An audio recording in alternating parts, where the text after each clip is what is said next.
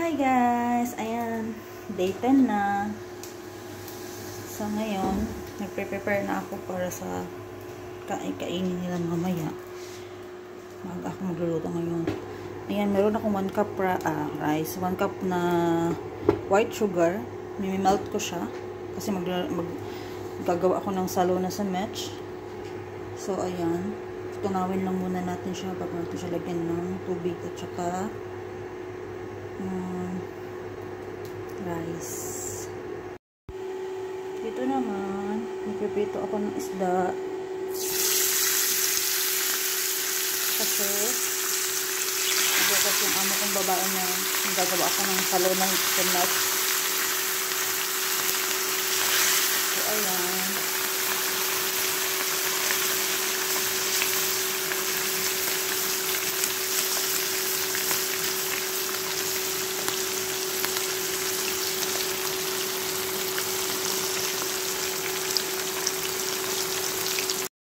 Smarted na siya. Naglalagay ako ng hell at rosin.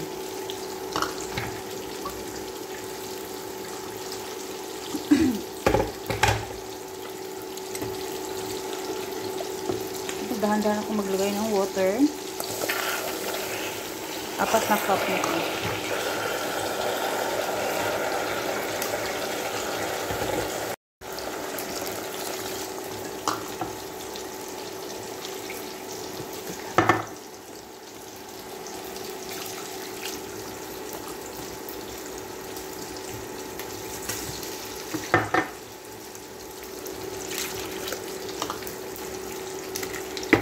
Hayaan ko lang muna siyang kumulo. Balikan ko siya. Ayan guys, kumulo na yung kanin at sugar. Lalagay ko na yung rice.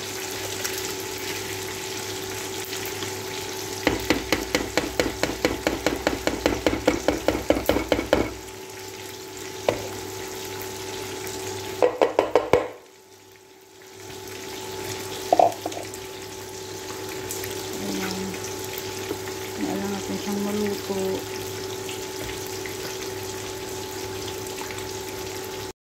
So, ayan guys. Nakaluto na ako ng red rice at saka white rice. Tapos, natapos ko na rin ang pagpiprito. Set aside ko muna sila. Maya-maya pa ako mag-start ng pagluluto ng salon. Kasi it's 12:42 pa lang ng hapon. Mamaya-maya, tagal-tagal pa silang kakain. So, ginayat ko yung mga vegetables na gagamitin ko. So, ayan. Hello guys, mag-start na pagluto. Para wala ko makuman. Balat mo ngayon ang kaunan mo niya. Chop lang.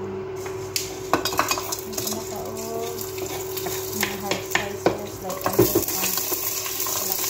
black onion. Ng laurel, kale, mismas, paris. At natin yung basaw.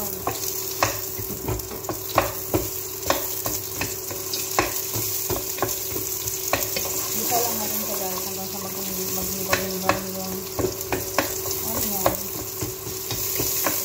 Para natin ang sunod yung garlic at saka ginger.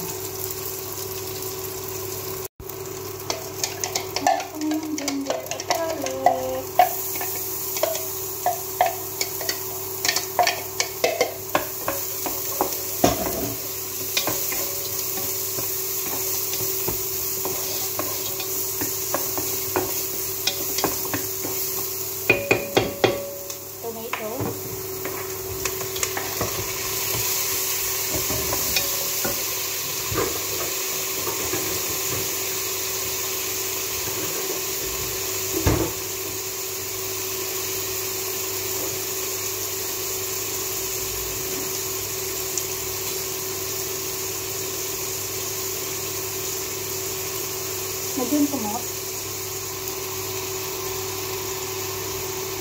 Hindi na ako maglalagay ng buong pack ng tomato paste. Hot lang.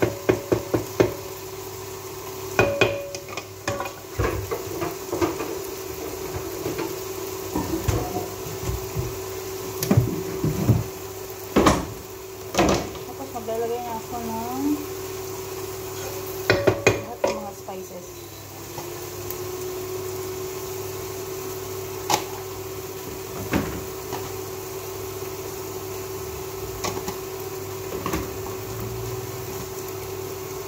Tansya ko na lang guys.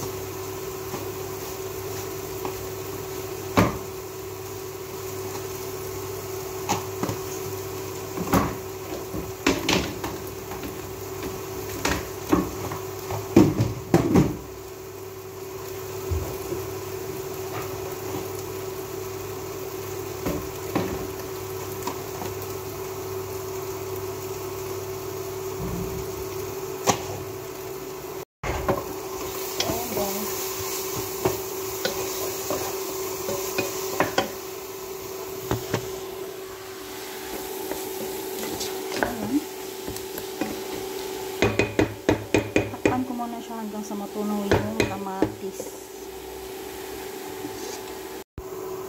Yun guys, okay na.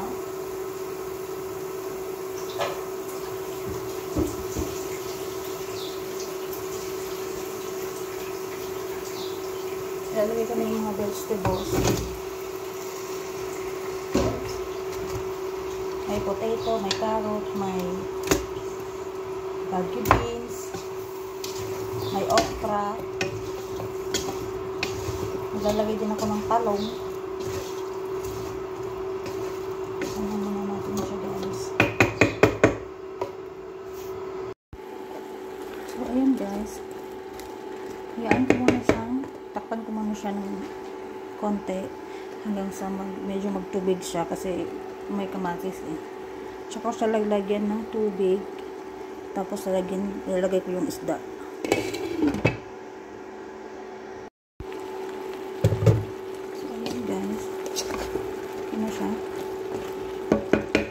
So, lagyan ako ng tubig.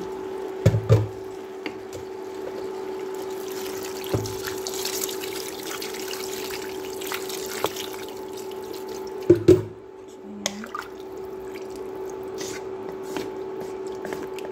Pakuluin muna natin siya. Tapos, saka natin nalagay yung isda na prinito ko kanina. Ulit natin.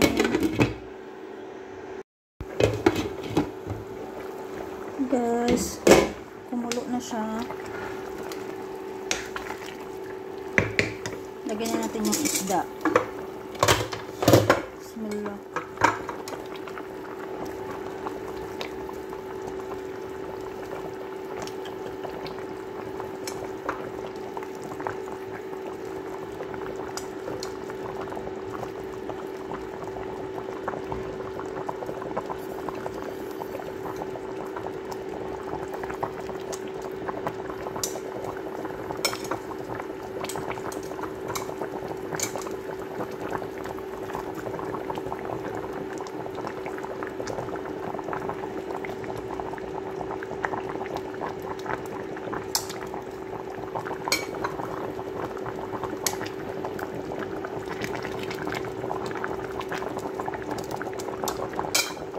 Ayan, takpan ulit natin siya sa low fire.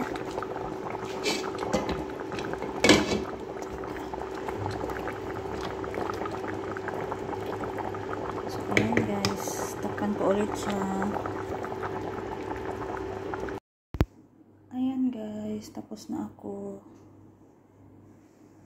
Ihain ko siya kasi kakain yung amo kong babae kasi may regla siya. Hindi siya nag-fasting. So, ayan. Kain na.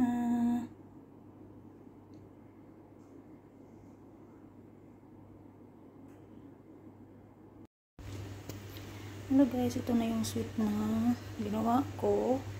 First, naglagay ako ng biscuit with ano ko siya. Naglagay ko siya sa coffee. Coffee na may tubig. Tapos nilagay ko siya by layer. Tapos cream. Tapos biscuit. Tapos cream. Biscuit again. So, ito na yung last na layer ng biscuit. Tapos, nag-melt ako ng chocolate with gishta. Layer ko lang muna siya dyan. Yung palang content ng cream na yan, yung white cream na yan guys. Ano lang yan, Gishta, isang 1.5 cup ng 1.5 cup can ng Gishta, 2 Dream Whip, 4 na curry, at isang creme caramel na powder. Pinaghalo ko lang siya, tapos ganyan, blend ko lang siya para mahalo ng mabuti, para ma-mix siya. Tapos ito namang chocolate, minelted ko lang siya with Gishta. Kayo na magtansya guys, na hindi masyadong malapot, hindi rin masyadong parang uga, parang ay tuyo. So ayan,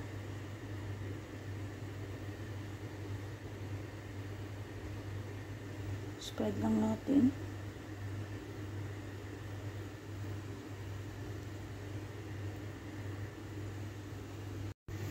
So ayun guys, meron tayong cocoa powder, sprinkle lang natin siya para maging ano siya, design lang ba.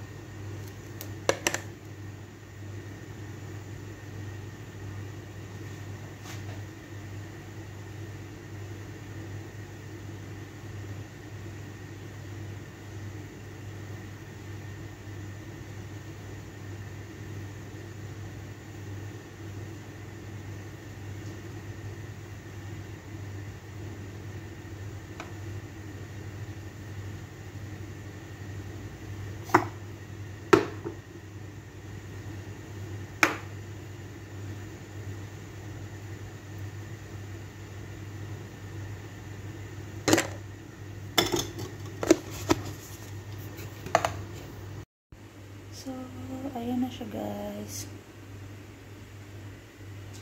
Kung meron kayong flakes, pwede din sa toppings. Ayan na yung layer niya guys. Para siyang Graham style. So, ayan. Lagay ko na siya sa dalaja or sa ref. Ayan guys. Gumawa ko ng shorba cauliflower.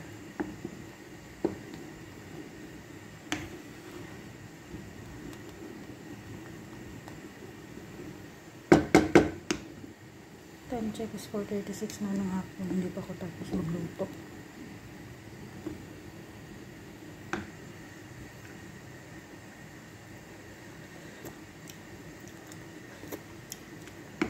Ito na lang ng sorbang kulang.